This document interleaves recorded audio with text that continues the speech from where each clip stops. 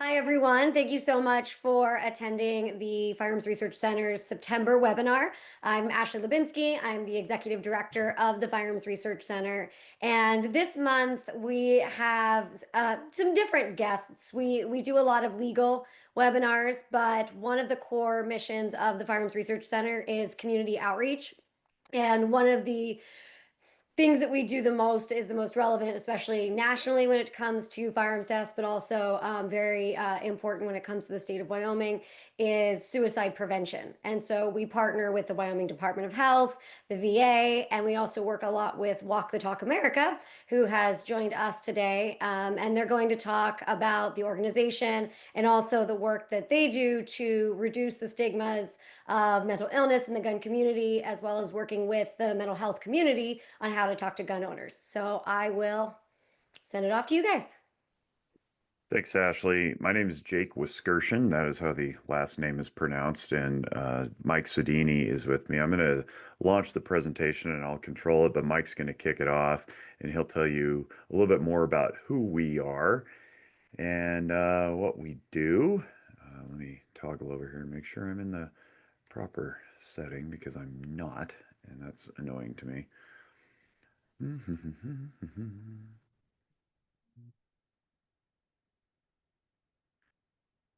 I remember my first time doing a Zoom presentation. It's this one. This is my first time doing a Zoom. That's not true at all. All right. Michael, feel free to take off, I suppose. Absolutely. Hi, everyone. Thank you for attending this. My name is Michael Sodini, and I am the founder of Walk the Talk America. Walk the Talk America is a lot of things, but initially, what we set out for was to just reduce negative outcomes of firearms. I am a third generation firearms industry professional. Did not grow up a gun person per se by any means. I grew up in two places where guns were just not that common. New Jersey and San Francisco, California. So, it wasn't something where I was exposed to hunting. I was exposed to just life and firearms culture. But having said that, my family, and I got my job through nepotism, owned a very large firearms importer. And that's basically how I got into this world, right, into this industry. Having said that, that helped me also come into this industry without any bias or um, predetermined thoughts on firearms. So it kind of plays into the story that we're about to tell later. I think it's something that became more. It was a positive thing to not have any of that going into our work in suicide prevention and negative outcomes of firearms.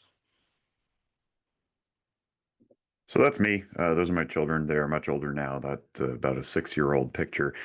And as you can see, my credentials there. I don't like to talk too much about myself because I think that whatever information comes out of my mouth should be able to stand on its own, irrespective of whatever post-nominal letters I have. But I have worn several hats. I have been a lifelong gun owner. I come from a family full of cops. I do own and operate an agency here in Northern Nevada called Zephyr Wellness. We do outpatient counseling. We just celebrated our 10th anniversary, and I run in a lot of different circles, including training and so forth. So, the short story is that I met Mike through a podcast that I host called Noggin Notes. I had him on the show to talk about this guns and mental health thing, and realized that I had to play a role in this arena because, as a firearms carrying, concealed carrying therapist, I was suffering some of the same stigma that a lot of gun owners do, but from my own peer colleagues. So I realized I had to, as I say, come out of the closet as a gun owning therapist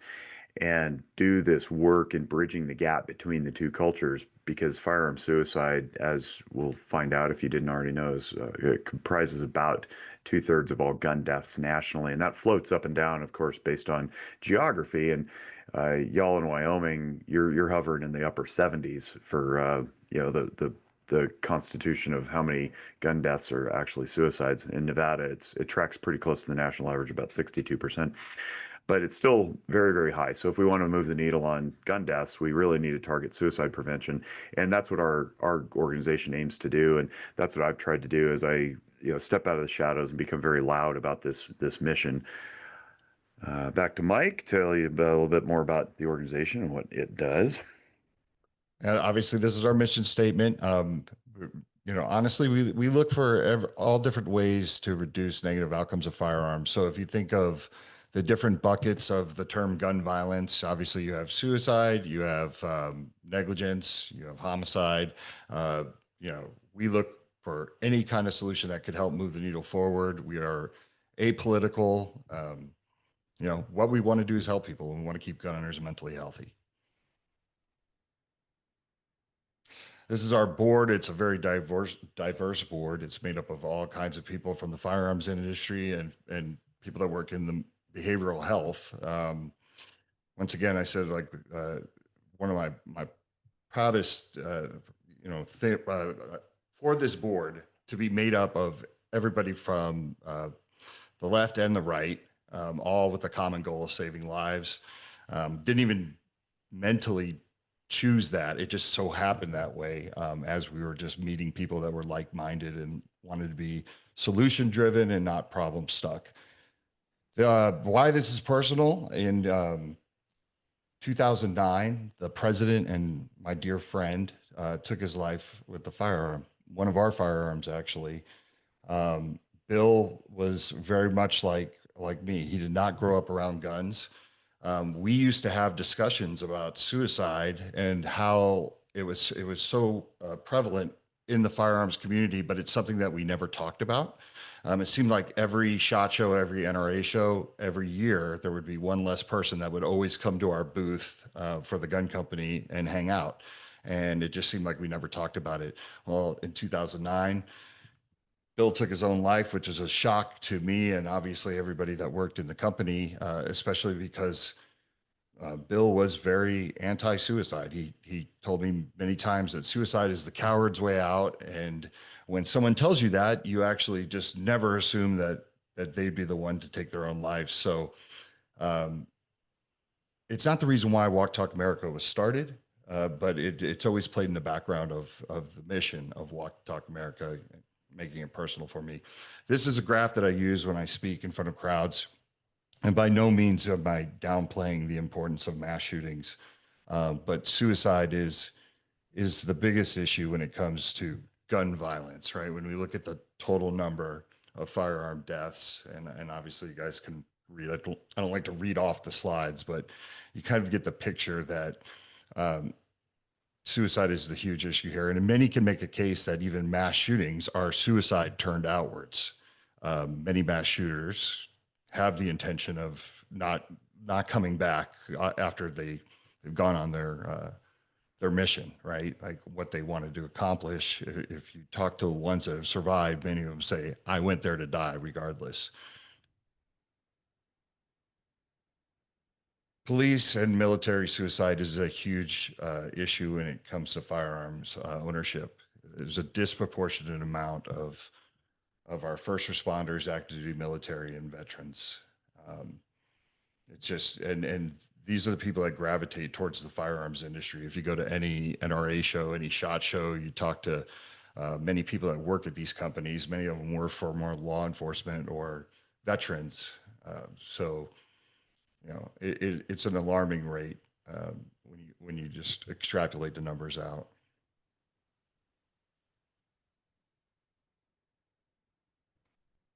This is an interesting one because I'm coming to you from Las Vegas. I'm basically down the street from Mandalay Bay, 10 minutes away that way. And if you think about October 1, we had the worst mass shooting in the history of the United States. That night, we lost 59 people. We lose 74 people a day to suicide by firearm. If you think about that, we have over a Mandalay Bay shooting every single day that just does not get the attention of some of these other horrific mass shootings that you see. But right now we're coming to you. It's Suicide Prevention Month, and I like to tell everybody, for Walk to Talk America, every day is Suicide Prevention Day, because we we have that in our mind every day when we wake up and go to work. And I'll jump in here. The numbers you see scratched out represent what we used to have on the slide. So when we first started doing this presentation back in 2019, the number was 58. And as the data continued to accumulate, we've had to change that number. So formerly, when we presented, we would say we have nearly the biggest mass shooting in America every single day because it was just one below that. And now we have clearly more than the biggest mass shooting in America every single day, but nobody talks about it. And why? Well, it's not sexy. It's hard to pin these things down. It's hard to aggregate them, but we need to start talking about it because if we want to get serious about this, we have to tackle this problem. And I have an opinion that's a little unorthodox that says something along the lines of current suicide prevention efforts are not useful because suicides are climbing. If they were useful, they wouldn't be climbing. So the problem is we want to try to get people into help, but help isn't so easy to seek. And we, over the last few years, have recently formulated a hypothesis, and through working with some people across the country, that gun owners find it very challenging to get into care. And we have scant data on this, but the data we do have are codified here in this research piece by Sandy Richardson. Sandy Richardson was on our podcast a couple of times. We'll cover the podcast a little later. But she was a victim of the New York SAFE Act. It's an acronym that stands for something I can't remember, but SAFE had to do with firearms restrictions in the time of crisis and whatnot. And she was inappropriately separated from her guns by policy. And she got to thinking, well, if it can happen to me and I can't, quickly get my rights restored, then how many people is this happening to? So she stumbled across this piece of literature, and the highlighted portion there illustrates that of these, this was a sample of 228 patients who are currently in care at two different facilities in New York State. What they found in this survey, and they asked them, would you still seek care if you knew that your rights would be restricted? Approximately 18% were concerned about being reported to their county, and 9% would be less likely to seek mental health treatment, with 23% being less willing to report their symptoms because they're afraid that .gov is going to come after them, or the therapist is going to issue some sanction or report them to .gov. So in New York State, what's relevant here is that there's a system for reporting, and what happens is the report gets filed, and then after the report gets filed to the state or wherever you file it, the law enforcement, they then go back to the county in which you live for the execution of this restriction. So I'll get to that in a second, but keep that in your head. There's two levels here. So in raw numbers, what does this mean for New York State? Well, the population in 2021 was, about 19.8 million. Gun ownership is about 20% of those people. So we're looking at roughly 4 million gun owners. 9% of those 4 million gun owners who are less likely to seek care is about 350,000 people. So we're looking at 350,000 people, 355, 334, if you want to be precise, who would be less likely to go seek help from somebody like me in a time of need because they're afraid that their rights might be taken. So you think, well, we're repelling people from care, maybe. Well, how many people is the law saving? Well, I'm glad you asked, because we have data on that too. So the blue line is how many records get searched, how many reports essentially get filed, and then the red line is how many notifications actually make it to the county level. Remember, I said there's two steps to this process. So even if we presume that all of those 16,000, 21,000, 19,000 people are a danger to self or others, would ostensibly carry out that threat, have been saved or have been intervened, still doesn't match 335,000. But it's even worse because the number of actual reports that go to the various counties is much, much lower than that. It's in the triple digits there. So we can reasonably presume that we're pushing more people away than we're saving by a large volume. But also, we don't even know if these are working because unless you interview these, the red line number of 141, 179, 216, et cetera, and ask them, hey, had it not been for this intervention, would you have, gone and perpetrated some act of violence upon self or others? And they say, yes, thank you very much for saving my life. we still have to go interview 355,000 people and say, you know, how bad did it get? Did it get worse? And how many of those people actually end up taking their own lives or lives of others because they couldn't get care because they were afraid of losing their guns? And who are we talking about? You know, military, police, your casual gun owners, of course. So, in raw numbers across the U.S., if we extrapolate this, we're really looking at like, back that up there, we're really looking at like 9.5 million people. If we take that 9% number, if that's valid, and again, we don't know if it's valid because we have one piece of literature with one data set with only 200 and something people surveyed. So it's very, very small. It's not a great N, but we don't have any more research. We really need to research this a lot more to see if these policies actually are acting as a barrier to care or a barrier to care access. But if we presume this, 9.5 million people are care avoidant, we got a big problem on our hands. However, we decided to do our own research and we conducted our own survey in 2023. We grabbed a few hundred people. And then in 2025, with the assistance of guns.com, they blasted our survey out to their email list. And we ended up with 2,400 people in our response. And we found that the answer is actually more like 50% would be hesitant to seek out professional services. So we have some flaws in our survey, admittedly. You can go online and check out all the data. We make it very transparent. Some of the flaws are oversampling of old white males. That happens to be probably the guns.com distribution list.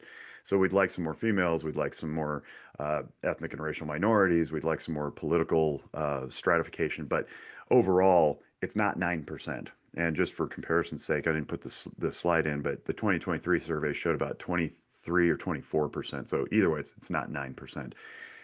It's much higher than that. So how many people are really pushing away from care with these policies?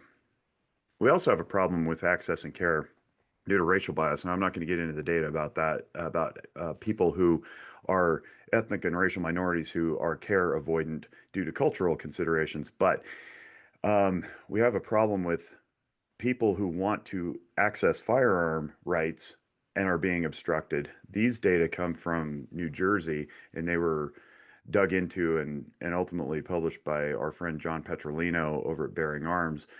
But you can see how often Black people specifically are denied their permits in New Jersey, for example, for this example, than white people. So we've got biases all over the place. We have to be sensitive to this. And, if we're talking about people who just, want to own guns to protect themselves or own guns for recreation or professional shooting or for their own professions in law enforcement or military or what have you,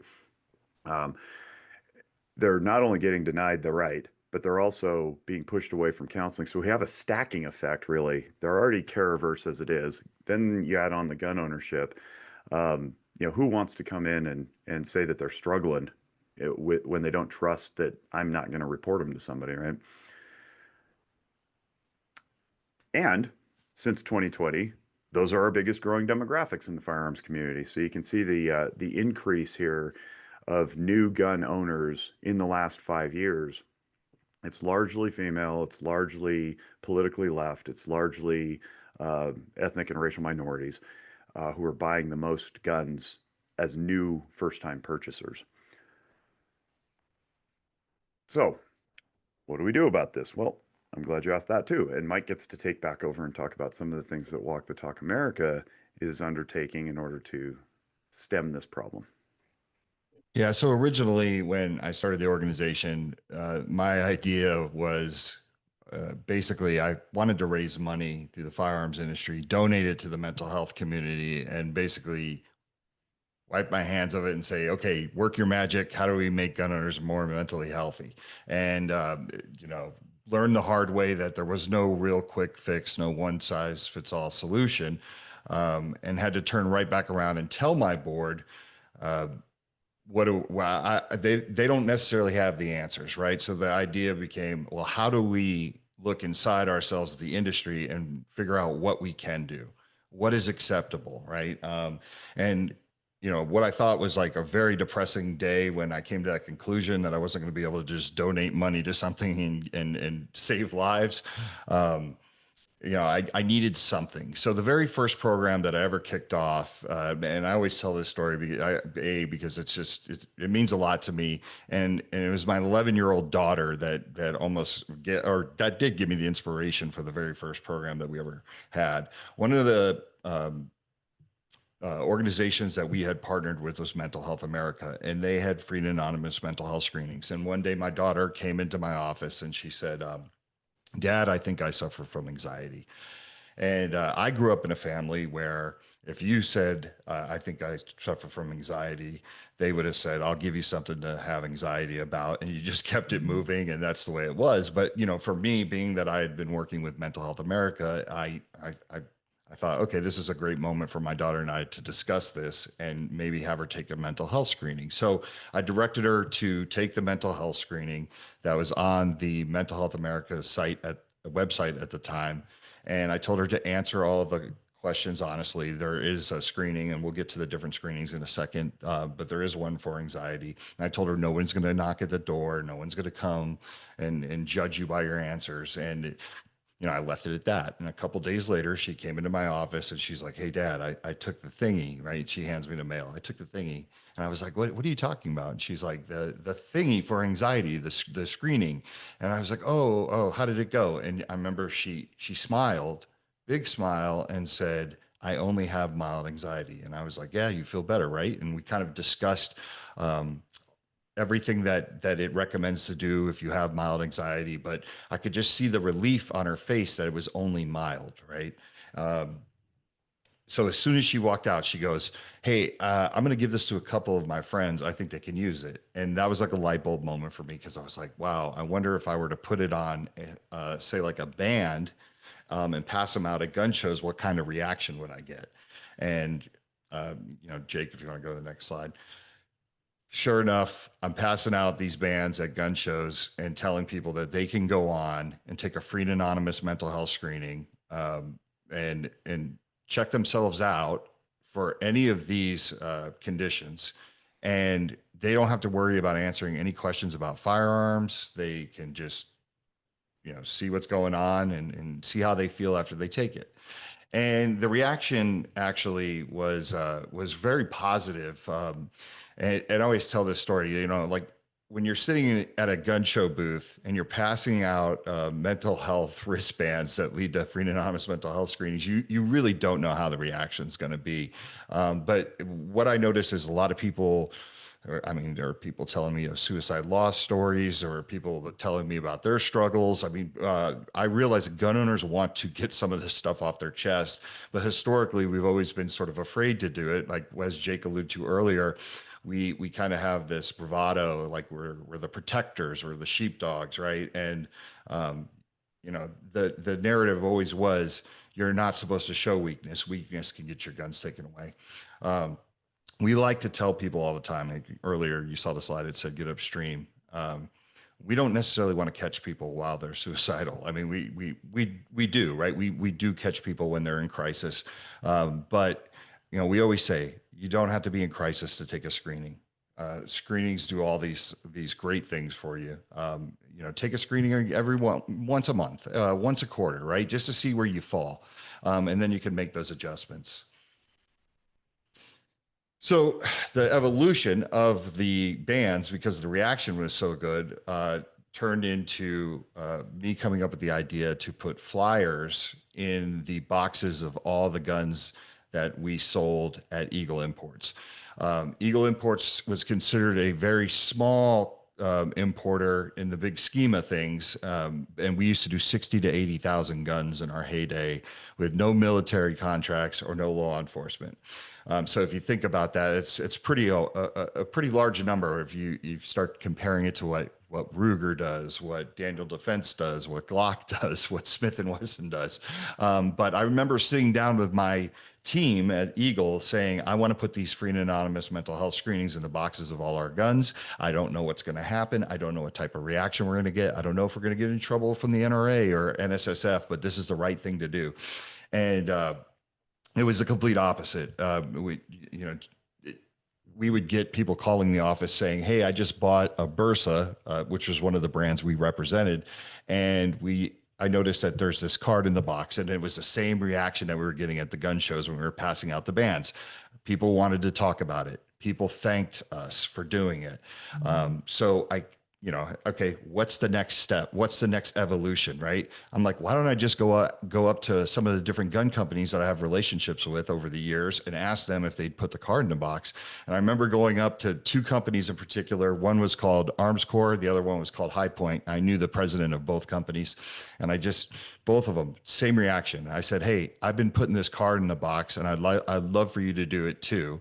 And they said, what is it? I said, free and anonymous mental health screenings for our customers, because we want our customers to stay mentally healthy. And both presidents reacted the same way. They said, yeah, we could do that. Yeah, why hasn't anyone done that sooner? Right. And so now here I am thinking, wow, like it was that easy. All it took was someone asking. And I think, part of that is that, when you're fighting over gun rights, sometimes you get so caught up in the fight, you don't look necessarily for solutions. You kind of get too caught up in the fight. And I think we kind of forgot about that as an industry, that there are things that we can do. And keep in mind, I also want to state that I think there was this belief that if we actually address some of these issues ourselves, we were admitting that there was a problem, and that would be used against us. But I really wanted to break that kind of mind frame, because I do believe that our industry has a responsibility to help our customers get help and demystify mental health. So anyways, Jake, if you want to, yep. This is a card that is used in, for manufacturers, accessory makers, firearms instructors, and gun shops. I didn't even anticipate that, but I had a lot of gun shops contacting me saying, hey, can I get some of those cards for our counter? And Jake, I don't know if you can, yep, there it is. Okay. So that's Jake's company, right? And what we realize is that we can promote connectiveness. We have a training, which Jake is going to talk about, that actually gets mental health clinicians to come in and learn about firearms cultural competence, and learn about the community. But one thing that we discovered is that we can create relationships between the local gun shops and some of the culturally competent mental health professionals.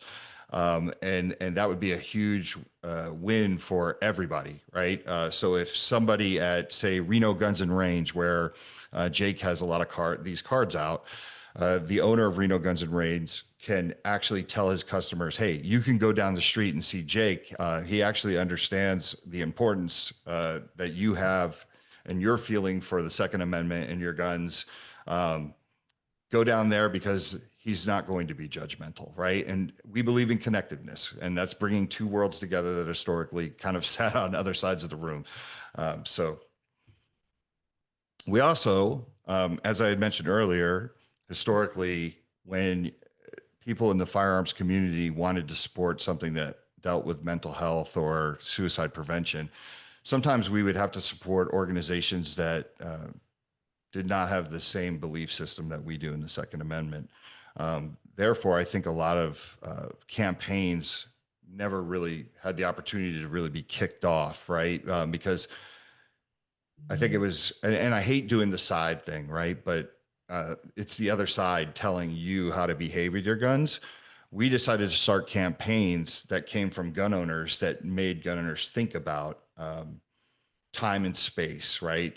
So it wasn't coming from a company or an organization that might be anti-gun, or an organization that might be gun neutral. This is coming from other gun owners. Time and space is the most important thing when someone is in crisis. Crisis is temporary. We don't believe that you should lose your gun rights, but we love voluntary storage programs and places where people can take guns. One of our programs that we like to, or our campaigns that we kick off, is called Cause a Pause. That is the belief that if you put a picture of something you love or someone you love on your safe, that is enough for someone to create a pause when they're going possibly to retrieve their gun to do something harmful. And here's a little video that.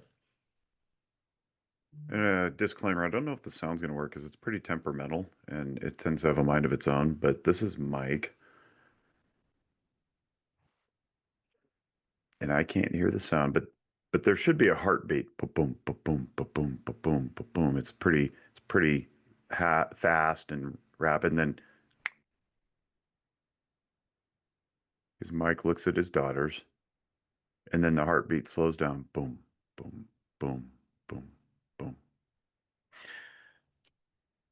Yeah, if there's two faces in this world that can snap me out of crisis, it's them. And you know, I think we've always suffered from like, well, how many lives does this save? And I always try to tell people, don't let data sometimes get in the way of saving lives, right? Like, Jake and I shared a message the other day with Jake. Someone had messaged us saying, cause a pause saved my life the other night. I'm pretty sure of it. This person was going through something and said, look, I'm getting help, but I just wanted to share with you that that campaign is something that like, I want you to know it's working. We're real big on kind of staying out of people's business. If someone wants to tell a story or someone wants to share their story, we'll do it. But we respect that this is a delicate situation when people, are in crisis and they don't want their story told, but they want to share it with us, saying it helped. Plenty of anecdotal stories like that. Um, we have videos for instructors. Learning on the fly like we have over the years, you've seen a lot of people come forward that we didn't even anticipate, right? So we had a lot of firearms instructors saying, hey, I would like to incorporate some mental health or suicide prevention in my curriculum.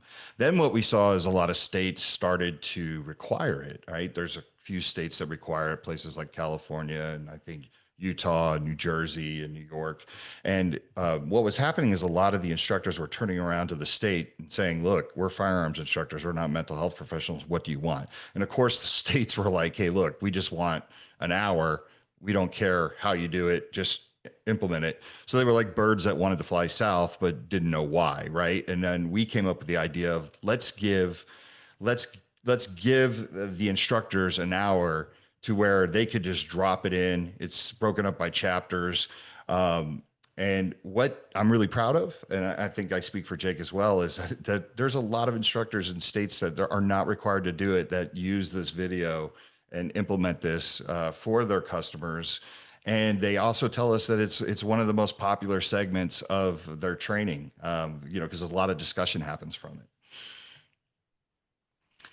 So we have instructor slides, we have targets, we have inserts, flyers. Everything at Walk the Talk America is free. We're strictly funded by gun organizations, gun companies that make it possible to give away all of our material for free to gun shops, to trainers, to whoever needs it. Right, people that are tabling events. We have all sorts of videos that help gunners to stay mentally healthy. We have a mental health plan that's very popular, right? The mental health plan is something that all gun owners can go over, and it asks you questions or poses scenarios that make you think about what is your plan. As firearms users, we train a lot, right? A lot of us brag about the training we do, and we prepare for things. We prepare for the worst. And sometimes we get these little blind spots where we're not thinking about, oh, well, what is my plan if I start showing signs of dementia? Right? Maybe I need to talk to my kids and my wife or my husband and figure out what is the plan going forward if that day ever comes. So we have a lot of free resources on the website that I think anyone could find useful. So one of the big ones that we discovered was as I came out of the closet in 2019 and realized I had to play a role in this realm was that I was acutely aware that my peer colleagues had no concept of firearms culture whatsoever. So in 2019, we decided to pilot something called At the Intersection of Guns and Mental Health. It's what we titled it. It's what we titled this thing. And we did it at Reno Guns and Range. We sent out some solicitations for people to attend. And we thought, well, we'll put together a 3-hour course. And I thought, hey, I've got an idea. I chaired my licensing board at the time the marriage and family therapists and clinical professional counselors in the state of Nevada. And I thought we should make this good for continuing education credit, just like the CLEs that are offered through FRC for attorneys, CMEs for medical professionals. I thought, well, we should get this under cultural competence, suicide prevention, ethics, whatnot. So we put together this training, and we got about, I don't know, 14 people at the first one, and it was like July of 19, and it went pretty well.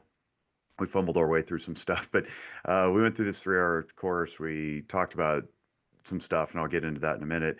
And we did it again in December. We had another 12 people or so attend, and thought this is going really well. We had one planned for Las Vegas in March of 2020, but we couldn't pull that one off because the world ended.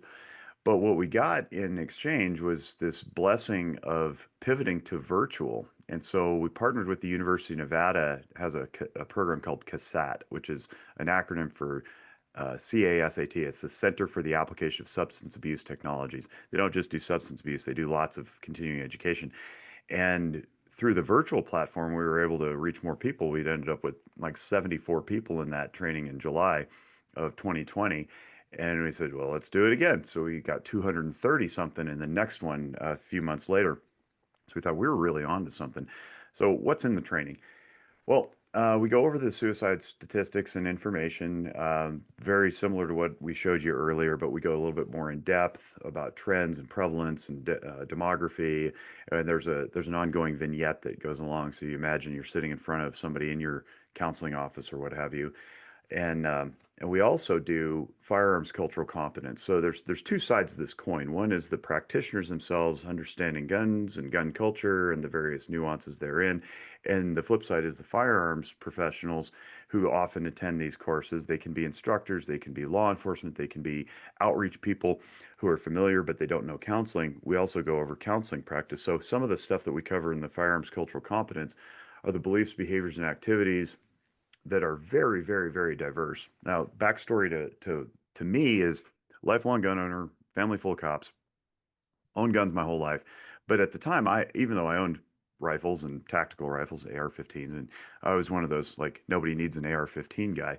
And then I got involved in the gun community, and I went to my first gun rights policy conference, GRPC they call it, down in Arizona, and I met so many people I had no idea represented the quote unquote gun community. And I realized the gun community is not a monolith.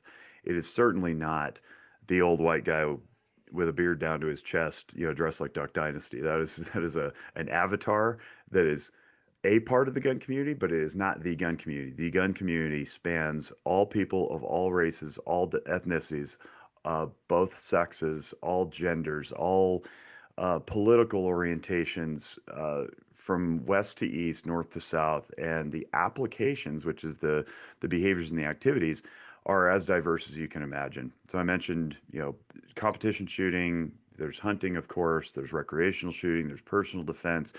And in our video, you'll see Rob Pincus, who's one of our board members, an internationally known firearms instructor, analogizes it to car culture.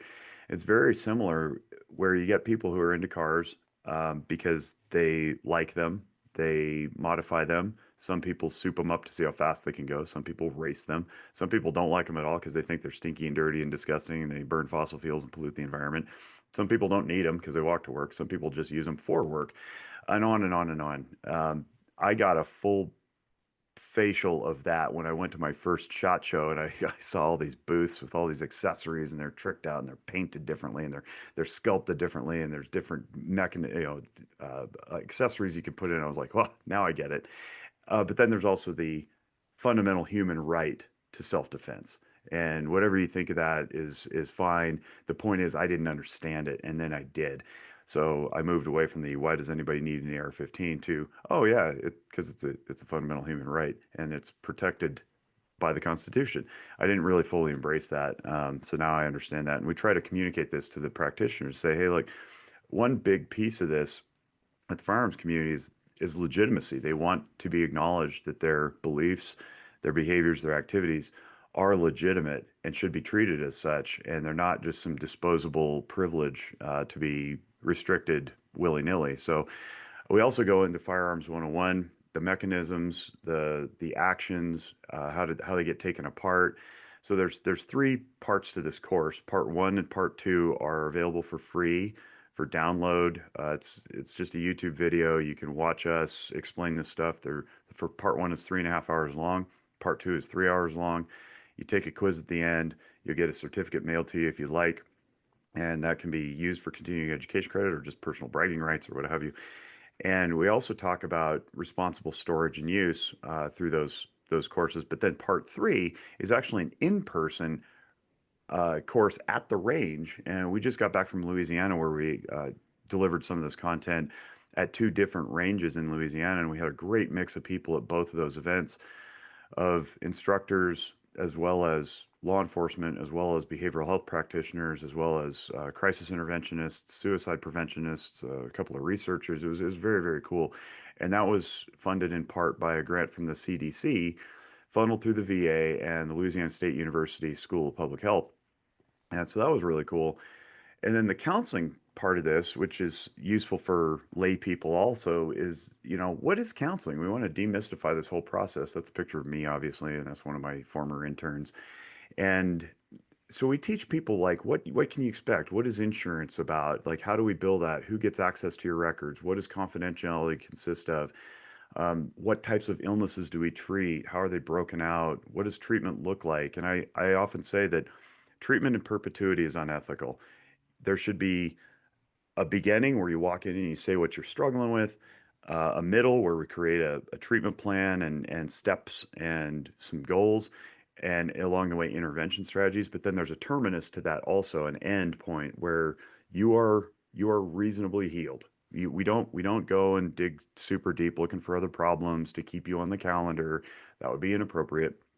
We treat you, we get you shored up, and we send you out. Now, I also frequently say that I am trying to work myself out of a job.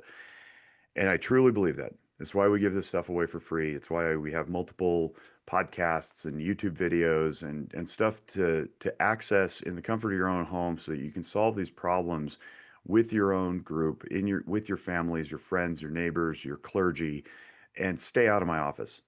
We should be relying on our communities so that if we solve mental illness in Northern Nevada, and I don't have any more clientele to treat, and I still have years left on my lease here in Sparks, I would gladly turn this place into a brew pub and coffee shop because everybody's healthy and happy, and I'll just make my money some other way.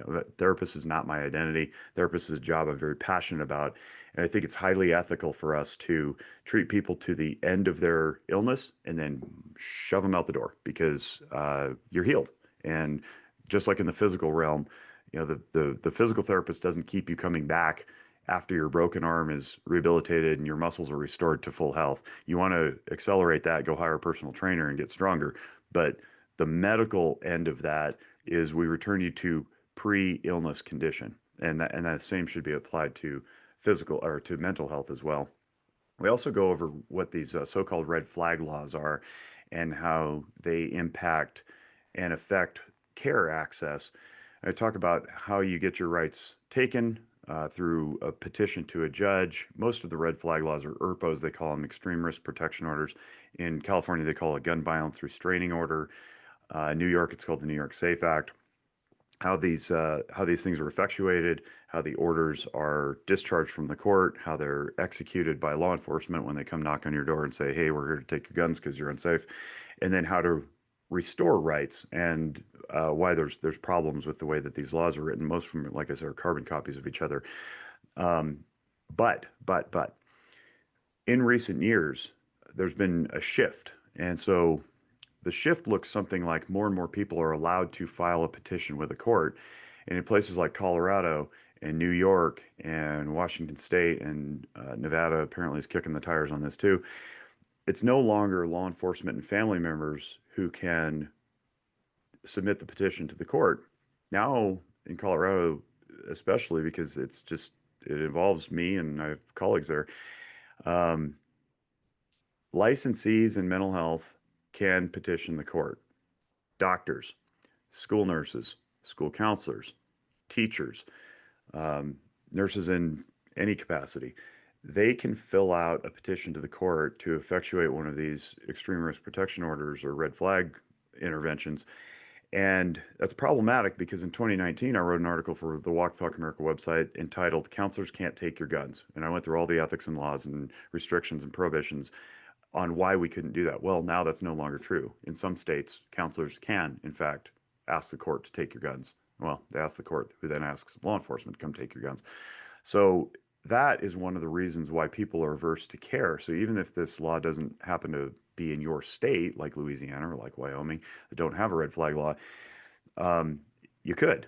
And it doesn't matter if you could or don't. What matters is that the motif is present and the rumor is out there. And so gun owners just don't want to take the chance. They don't want to throw those dice. So we teach about that and why it's important to preserve confidentiality and how the proper first level intervention to somebody who may be suicidal sitting across from me in my office is not to take their property. It's to get them to a higher level of care so that they can get healed, not just to take property away from them. We also cover storage and staging, safes and locks. We talk about responsibility and responsible gun storage. We're trying to get away from the word safe because safe has become watered down over time. It's very subjective anyway. So we define responsible firearm storage as preventing unauthorized access. So who is unauthorized to access a firearm? Could be a child. It could be the person who smashes your window while you're away from your home. So if you ask somebody if they're safe with their guns, they'll say, yes, of course I'm safe. I take all the training and I follow the basic safety rules. And if somebody smashes in my window in the middle of the night, I've got guns staged everywhere.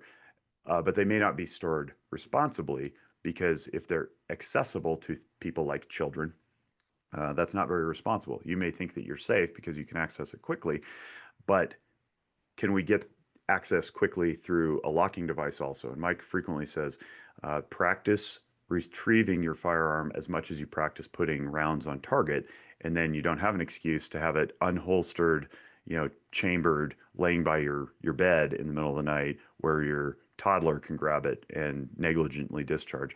And that's another negligent versus accidental we try to highlight. Say there's no such thing as an accident. There's only negligence. Accident sounds like it was up to the ether and some magical force just made this thing go off. But really, there's a responsibility component here. So we want to make sure that people are storing responsibly. And if they don't, then they're negligent and they take accountability for that. We want to prevent access. And sometimes you are the unauthorized person. If you yourself are going through a crisis, maybe you don't need to be around your guns. And then we talk about ways that we can prevent access to the owner also. One of the ways we get upstream from this is, I said, we have multiple YouTube videos. I teach emotional functioning. If you want to whip out your phone and scan the screen, you're more than welcome to. You can bookmark that page. It's me in front of a whiteboard diagramming the brain and how your brain responds to the environment in various circumstances. Those are called emotions. And if you don't know your emotions well, you might reflexively act out of emotion instead of acting out of logic and reason. So I'm the big fan of teaching emotional functioning. I try to get this into as many hands as possible because if you improve your emotional functioning, you know how your brain is reacting to the environment, you can be in better charge of how to respond to whatever's pinging your brain and master it well. It'll improve communication, it improves parenting, it improves boss-employee relationships, it improves leadership. I mean, so much is driven by emotion. It's really, really good to understand this stuff. I've also found that it's very permission giving to men because dudes tend to avoid their emotions pretty frequently, usually more often than women do. And I, looking the way that I do, usually wearing a beard more often than I don't, if I can talk about feelings in a competent, reasonable, logical way that's based in neuroscience, then other dudes tend to look at that and go, well, maybe I can too. And so I find that that's really useful for couples who may be, arguing or whatever, or people who are struggling with their children and whatnot. So if you know yourself well, you can re-regulate yourself. And I think it's just really good stuff. Out of the trainings, we encourage people to sign up for our national, 2A friendly or gun friendly provider directory. Obviously, we're focusing on behavioral health professionals, but with suicide screenings rippling across all medical professionals, now you got dentists asking you if you're suicidal or if you're depressed, or giving you a PHQ-9, which is like the depression screening, or a GAD-7, which is the anxiety screening. Primary care, pediatricians, they're all being asked to do this under the auspices of Zero Suicide prevention. Uh, I think it's wise that we get all providers to be savvy about this conversation, because nationally the statistic is something around 42 to 47% of people in America either own a gun or live with one. So we can't afford to be willfully ignorant about this demographic, because presumably it's one out of every two patients we're ever going to contact. And obviously in different areas of the country that will go higher or lower. But in my area, it's higher than one out of every two. It's probably 8 out of every 10. Mike, to talk about Kids Kings, I know that Devin Perkins was already, he already presented through FRC at one point, so we don't need to beat this to death. But Mike, you want to take it over? Yeah, this is just a program. Once again, you look to find, everyone always says, well, what about this? What about this? What about this? Right. And you don't want to do a one size fits all solution, but it's a program that I'm really proud of, just because we've seen so much improvement in these kids that historically, underprivileged, underserved areas, these kids are never introduced to firearms in a healthy manner. And one story that I'll just tell real quick is, the pilot program has been going on for a few years in Atlanta, so we've been able to kind of monitor the kids' progress. We tie everything to their grades, to their behavior, like using kind of the firearm as a martial art. We had these kids at the NRA show that was in Atlanta this year. And it was really cool because we were able to walk them around, have them talk to presidents of gun companies, engineers of gun companies, attorneys of gun companies, competition shooters, right? Like people that own gun shops, people that are firearms instructors, right? And everybody had the same kind of message for these kids, like, you could be the next person who owns a gun shop in your community. You could come work at Ruger if you like. So it's just something I'm very, very proud of. Just as, like I said, bringing people together and reaching out to communities that historically have felt like either they weren't invited to be part of the Second Amendment community, or just didn't even know how to get in, to be involved. And this program is growing. After the NRA show, we saw an uptick in parents that saw from social media, um, that this is a positive program, which is almost counterintuitive for many, right? Because I think, okay, like guns and kids, but the Second Amendment is not just for little white hunters in Wisconsin, but it's for everybody. And this program demonstrates that. This is our podcast. We have all walks of life on our podcast. We've had suicide loss survivors, people that tried to take their own life, attempted to take their own life with a firearm. We had mass shooting survivors. We actually had a mass shooter on the show as well. So if anybody's interested, you can get it on any platform that you get your podcast from. Jake and I really enjoy having the nuanced conversation of firearms, and not only the positive effects, but the negative ones too. This is a short little documentary that I think many people would enjoy, that would give you a little bit more background about the organization and how we bring people together. In this documentary, we actually went shooting with somebody who had lost her daughter to suicide by firearm and was very anti-gun, and we were able to find common ground and do some shooting together. So it's pretty interesting. I just And realized obviously, that link is dead. Sorry. If you want that, contact Ashley and we can put it up. But it's also available on our website. And that's it. Sorry. I was like, maybe I want to make sure that that's the right slide, and I scanned it and it didn't work. So apologize for that. We can send it out in our newsletter, in our email list. So if you guys want to send me the right one, we can send that out. But thank you guys. We have a couple of questions so far, and since we're almost to time, we can stay a little bit after if you guys can, if there are a lot of questions. If you're not familiar with the webinar format on Zoom, there is a Q&A button, so it doesn't work like with the chat like you would normally. So if you put your question in the Q&A, I'll see it, the guys can see it, and we can get your questions answered. I half answered a question already, guys. So maybe let's finish that one, and then we'll take the other one that came in. And that was just, if there had been a reaction from the NSSF or the NRA to what you guys are doing. And I already sent them the NSSF suicide prevention page, but in your dealings with them, how have you kind of found those groups?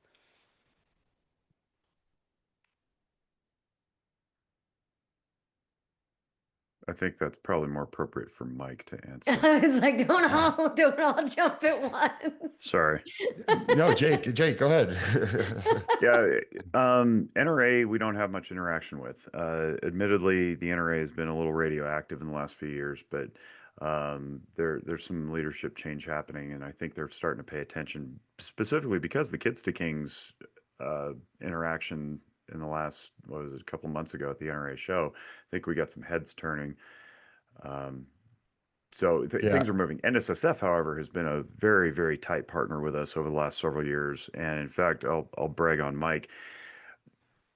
Prior to Mike's involvement with the federal government through the VA never addressed firearms. They talked about suicide, they talked around it, but oddly, they never actually addressed it. So in 2020, they held a conference in San Francisco in February, again, before the world ended, that Mike and I attended. And it was the very first time they ever actually put firearms into their topic. And since then, VA and NSSF have been very closely partnered, and now VA actually has a booth at SHOT Show talking about suicide prevention. So we are really bridging these gaps.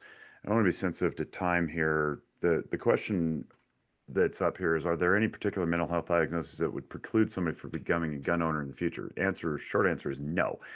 The follow-up sentence there is, my understanding is when you see a therapist through your insurance, the therapist has to give your diagnosis in order to bill. Yes. And that's one of the miseries that I lament frequently, which is that there is no such thing as preventable care in mental health. There's preventable care in dentistry and optometry and pediatrics and all sorts of things, but not in our realm. So in order to receive care, I must diagnose you, meaning you have to be broken before you get treatment, which is dumb, and we should change that.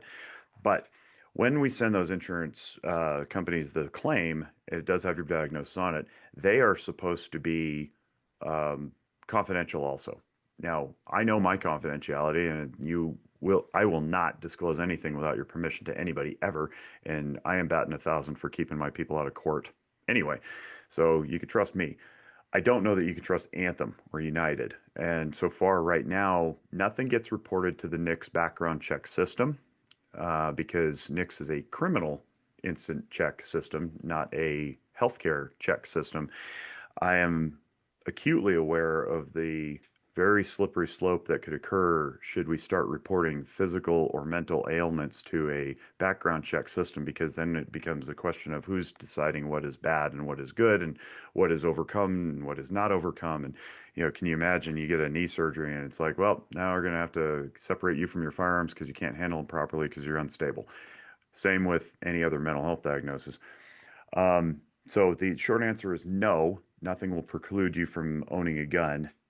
But let's make sure we stay diligent on that so that we don't end up taking away rights or privileges, because you might lose your driving privileges too if you're deemed to be unhealthy in some way or another. That's what we'd like to fight against. I like my confidentiality. It's what allows me to gain trust and rapport with my patients. And if it starts to get threatened, it's going to send a pretty negative ripple across the entire field. To follow up on that question, I know you guys aren't lawyers, and I know it's different in different states, but the background check form does have something about commitment to a mental health facility. Can you explain that? So there's no preclusion in the answer to that question, but what is the line that where you cannot own a firearm where it comes up on the background check form? Yeah, so the 4473 form that you fill out when you buy a new gun, there's an attestation that says, have you ever been adjudicated mentally defective, which is just old language and super judgmental and needs to go away anyway, or involuntarily committed. Now, involuntarily committed has different meanings in different states. In New York, it's very different than in Nevada, for example. And the short answer is if you're voluntarily going in anywhere, that's not an involuntary commitment. So come on into Zephyr and get your outpatient taken care of. Now, if you get involuntarily committed on a mental health crisis hold, that's a different level. That's something temporary. It is not an admission. It is simply an emergency hold. That doesn't count. What would count is if the medical professionals went to the court and asked you to stay longer than the 72 hours or whatever it may be. That probably would count also. But we need to clean that up because in the hair splitting that occurs, it leaves people very disoriented and wondering whether or not their attendance at and what is a mental institution, right? Is Zephyr a mental institution? We don't know. There's no real definition on this at any level. And they're left to let the states figure it out. So the short answer is no, your run-of-the-mill mental health treatment would not preclude you from owning a firearm or applying for one. But you get into the sticky situation of, am I lying on the 4473 if I check this box? Yes, because I went to couples counseling or something. So we need to clean that up. We certainly we can't do it. We're a 501c3. We're not allowed to be politically active, but we can certainly encourage people to be aware of these things and take it under their own, efforts wherever they may be. But short answer, no. And the number of people who would not be allowed to buy a gun probably wouldn't find themselves in the gun shop buying a gun anyway because they had been committed. They live in a group home. They're usually not competent to execute their own personal functions anyway. That would include purchasing a firearm, but it also includes things like, driver's license and holding a job and whatnot.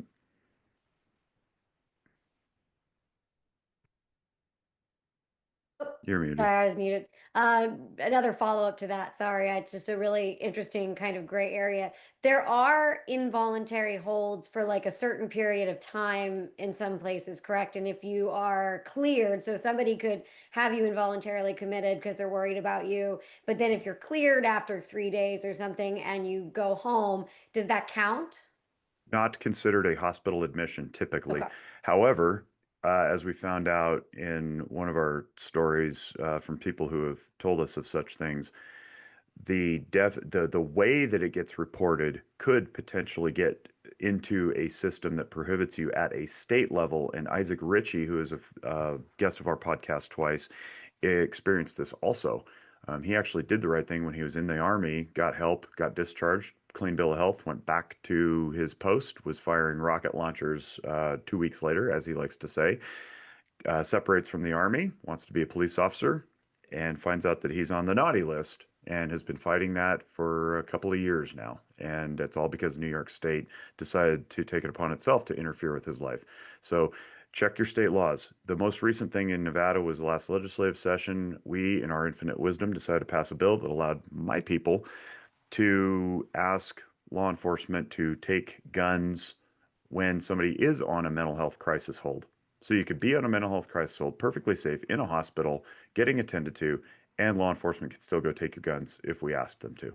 I don't know how many people are going to follow through with that because that seems like an overreach. It seems redundant to the care, but that's becoming a thing. So check your state laws. Thank you.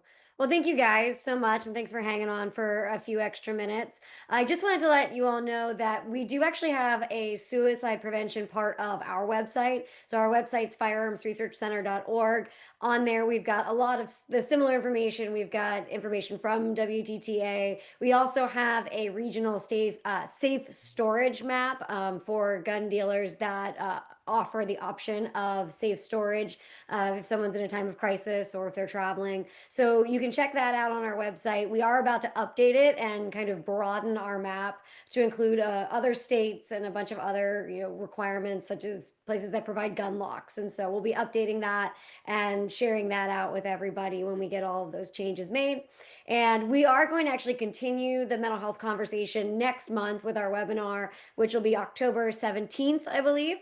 Same time, 12 o'clock Mountain Time. And we will be talking to an attorney, actually, who will be covering the legal side, especially looking at Wyoming and the region of dealing with mental health diagnoses and gun ownership. So thank you guys again. Thank you, everyone that tuned in. And I hope you guys have a good month.